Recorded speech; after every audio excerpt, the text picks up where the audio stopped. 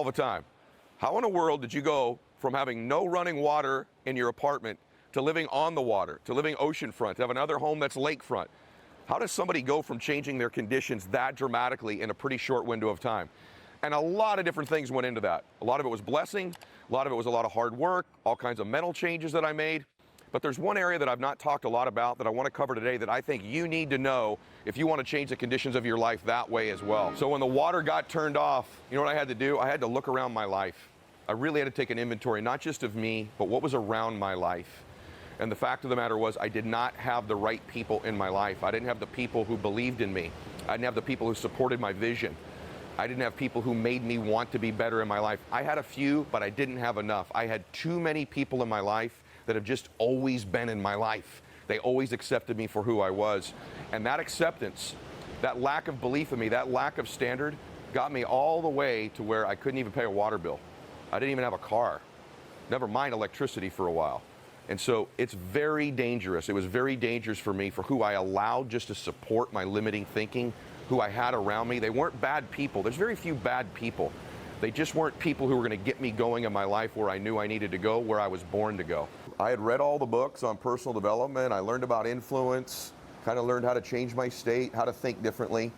Been to a lot of the events that you go to. Why is it that so many people go to all these self-improvement, personal development, business events? They get all excited when they're there, they're ready to conquer the world. Then they get back home and life very slowly starts to drift back to normal.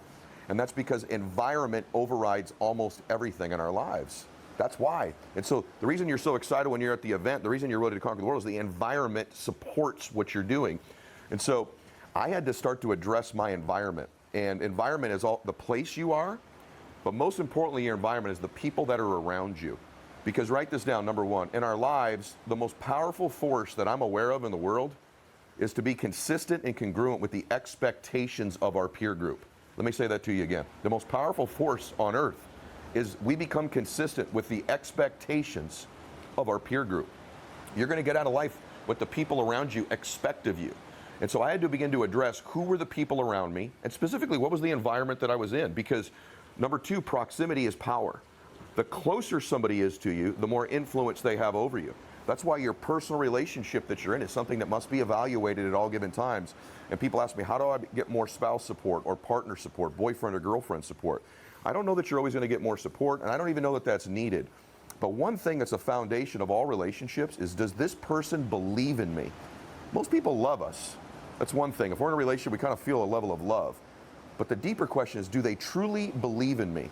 And when I started to evaluate my friends that were around me, if I asked myself, were they supporting where I wanted to go in my life? Not that they didn't love me or like me. In fact, what most of us do is we love to have people around us who accept us. We say, I want people to accept me as I am.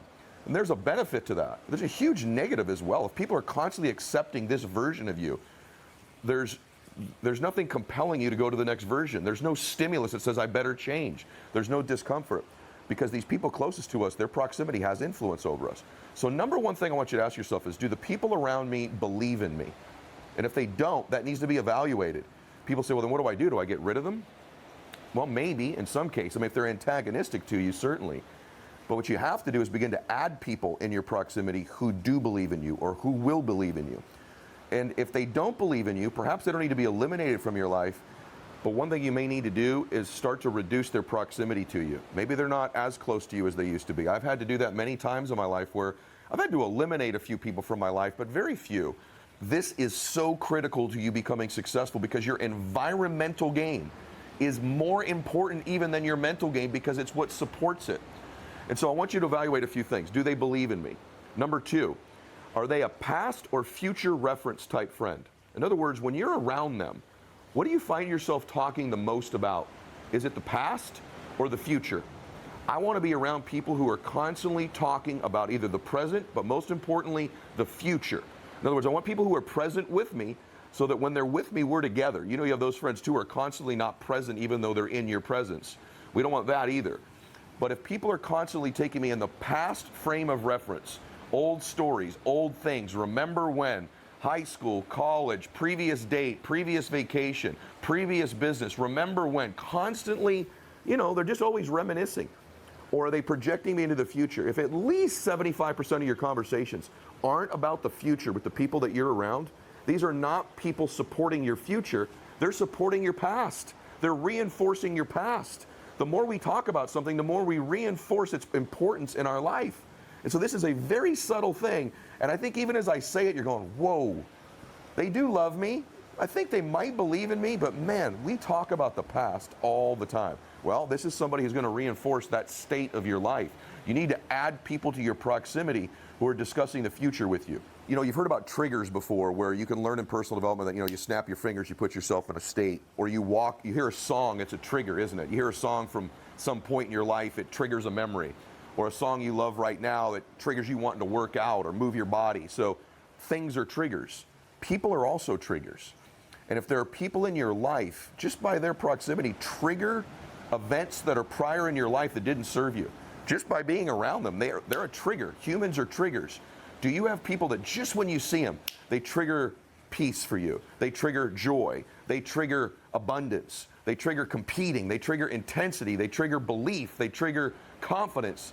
They trigger your desire to grow. Ask yourself what triggers these people are in your life. What do they trigger in you? And you start to look at these things. You're going, wow, well, I have this group of friends who they accept me, but I don't know if they believe in me. Then I've got this other group of friends where they believe in me, but we're always talking about the past.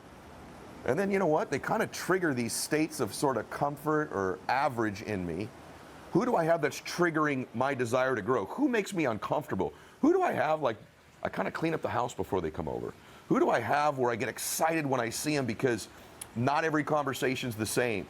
I don't know where it's going to go. You should have those people that accept you in your life. There's nothing wrong with that. It's an important thing. But you should have these other people who really don't accept this version of you. They believe in you so greatly, so much, that they don't accept this version of you. They don't accept this performance from you. They don't accept this level of happiness, abundance, joy, performance from you because they know how much more you're capable of. Who do you have like that in your life? And the reason that that matters so deeply for us is because, and I want you to write this down, we get our standards in life.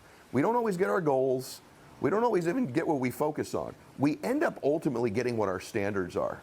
Standards dictate everything in life, and the people around us help create that standard. For example, I was at a birthday party last night, and the people sitting around me were all very fit people, and dessert came. It was birthday cake time. And I probably normally would have probably had that piece of cake. But the first three people that were asked have this standard for how they eat in their life and when their cheat days are, their cheat meals are. And all three people passed on it. And immediately, almost through peer pressure, I went, no, I'll pass too. And then my buddy goes, dude, it's okay, have a piece. And I said, no, man, it's good. That standard alters us in every little area. Now, that's an obvious example. But we're going to get our standards of wealth, our standards of faith, our standards of abundance. And the people in our proximity help set the standard based on what theirs are in their life. So the people around you, evaluate next. What are the standards they help you set in your life? The other thing we win with is energy.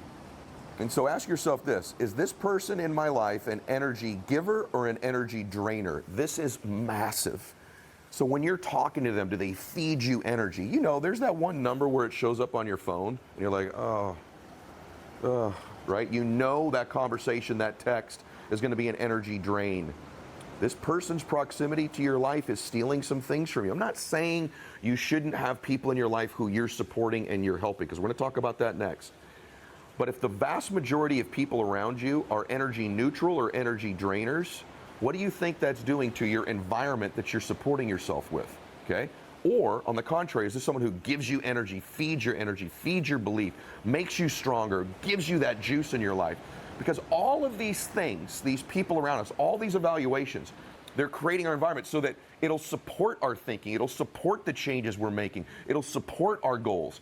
This is supported by Scripture as well. Proverbs 27:17, as iron sharpens iron, so does one person sharpen another. And so one of the obvious questions about this is, if someone is lower energy for me, or is a past reference person, or a trigger that doesn't support me, or they don't believe in me, or they only accept me as I am, if you have some of these issues, what do you do with them? I'll give you three things. I don't think you just eliminate people from your lives. It's not that hardcore a thing, because this is more about adding the right people than it is eliminating people, but it is reducing their proximity.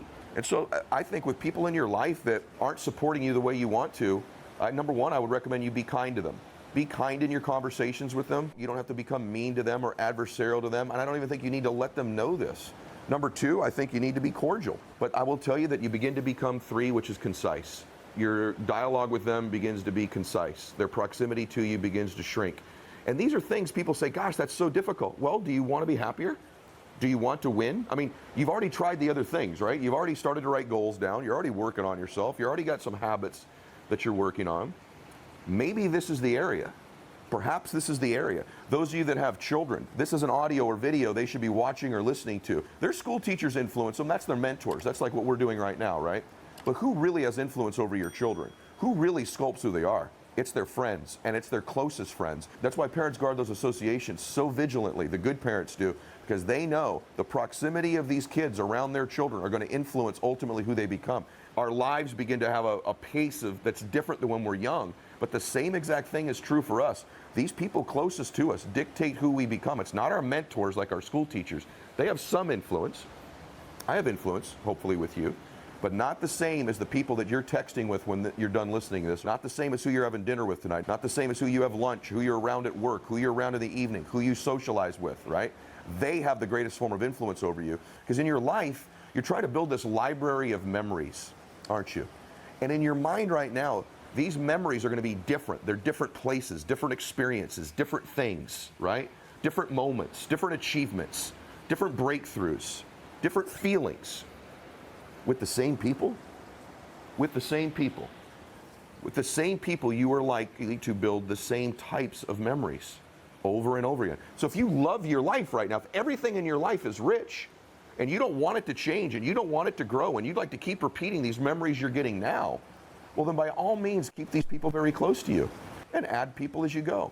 But if there's this party that's, I want to change the memories, I don't want the next 10 years of my life, the feelings, the experiences, the accomplishments, the places I see, moments I have. So all I'm asking you to do today is do an audit on your environment. I want you to audit the people around you in your environment and the things around you in your environment. What do you have around you in your environment? Are your goals up on a board? Do you have visualizations? Are you reading things that you can see visually in your life? Are you listening to the right things? These are all part of your environment, but the most important thing are the people that are inside that environment that are around you. And so that's how you eliminate. Now, adding people to your life. The best way to do that is to seek out, go to places where they are. So, I mean, where do they have lunch? Where do they have coffee? Where do they work out? Where do they worship? Go to the places where these people that you think could help you to become good friends and just become a part of that environment. And the more you're in the environment, you'll end up meeting people. It's a strategy, it's work to add people to your life. I could tell you that I work very hard at this. I also believe in the law of reciprocity. You don't just ask somebody to be your friend. You find a way that you can contribute. You want to become a friend of mine, say, how can I help you? How can I serve you? Just offer whatever you have. You say, well, I don't have anything to offer people. You'd be surprised. Could you offer me your belief in me? Could you offer me your truth? Could you offer me your prayers? Could you offer me your support? These are real gifts you give people. Not all of them need to be knowledge and breakthroughs and an example and a track record. You'd be surprised, someone like myself, what just your belief means to me, your support means to me. And I'm the type of person, the people you want in your life, when I feel like you've given me something, I feel obligated to pay you back even more. And so the way you add people to your life is with the law of reciprocity. Put yourself in environments where they are and begin to offer your belief, your kindness, your support, your love. Maybe it is your collaborations, maybe it is your connections, maybe it is a talent or skill you have, but it doesn't have to be those things. When I was a young person, I ended up adding people to my life that were much more successful than me, much more well-known than me. But you know what? As I got to know them, I think they sensed this person truly believes in me. They truly care about me. This is a real friend. You have those people in your life as well, where they don't necessarily have all the experience to support you, but they really believe in you. They really love you. And then the last thing I want to ask you today is, because for you to add these people to your life, what I just said is the most important thing. How do you show up in people's lives? How do you show up in people's lives? Right now, are you that person that's an energy giver or drainer? Are you a future frame of reference or the past? Do you help your friends set high standards or the acceptable standards they already have? Right? Are you someone who deeply believes in people and they know it, or you just kind of accept them as they are? These are the things you begin to ask yourself. How are you showing up in other people's lives? Because that'll have an awful lot to do with who shows up in your life. How do you show up in other people's lives? And if you begin to evaluate these things, your environment slowly but surely will begin to support your mental game, will be supported by your environmental game. And why is that so important? Because I want to remind you about something. You were born to do something great with your life. You were put here to do something special. All your life, since you were a little boy or a little girl, there was some point in your life where you knew you were supposed to do something great, that you were put here for a reason, that you've got a calling, that you've got a home in your life you're eventually going to find where you're living the real, true, authentic version of you, your best version. You know you're supposed to do something great with your life. And right now, if you're listening to this or you're watching this, maybe you're not quite there yet. And maybe it's your thinking. Maybe it's some tactics and strategies and habits, which I cover all the time on this show. Maybe it's all the mental stuff, but more than likely it's the environmental stuff. It's the standards. It's the people around you that believe in you. It's not just having people that accept you, because you want to do something so great with your life. I have this theory that many of you have heard, that when I die someday, I want the Lord to say, well done, good and faithful servant. But I have this hallucination, as many of you know, that when I die, the Lord's going to do that, and he's going to turn around and say, Eddie, I want you to meet the man I made you to be. When I made you in my image and likeness, this is the destiny version of you. This is the man you were born to be. And that guy's going to be standing there, and I want to meet him and go, I've been chasing you all my life, man. And he's going to say, boy, you caught me. You did it. I'm proud of you. You had all the memories, all the moments, all the contribution, all the feelings, all the difference, all of it in your life. You made it all happen. You became the man you were born to be. We're identical twins. To me, that's heaven when I pass away. Heaven is I meet the man I was born to be, and we're identical twins. Hell would be that you'd meet that person and you're total strangers. You're total strangers. That woman someday, when you die and you meet the woman you could have been, and you're total strangers. You went down different paths, different roads, different decisions your entire life, and you never become that woman. You never become that man. To me, that's hell. So if it's that important to you, that you've always known, and maybe it got buried as you got older. Maybe life sort of kicked us around a little bit to where not everyone in our life believed it. And then maybe our parents, our friends, our school teachers, just life started to happen and we forget who we are. We forget who we are. And you know why you forget who you are? Because of the people that have been in your damn life. Because they haven't supported that great version of you. When you were really little, you knew it, you felt it, because you were closer to God at that time. And the more and more people were added to your life, they began to treat you in such a way that they didn't expect those things of you, and maybe you've started to accept that. So if it's people that created these limiting beliefs, created this anxiety, created this fear, created this thing about us where we forget our greatness, if it's people who did this to us, it's people who are going to help us get out of it. If it's the environment that stole this joy, stole this belief, stole this confidence from us, stole this sense of purpose from us and passion, it's the environment that'll give it back to us again. And we put the people in our lives that we deserve to have, not just that have always been there. I hope this helped you today. God bless you. Max out.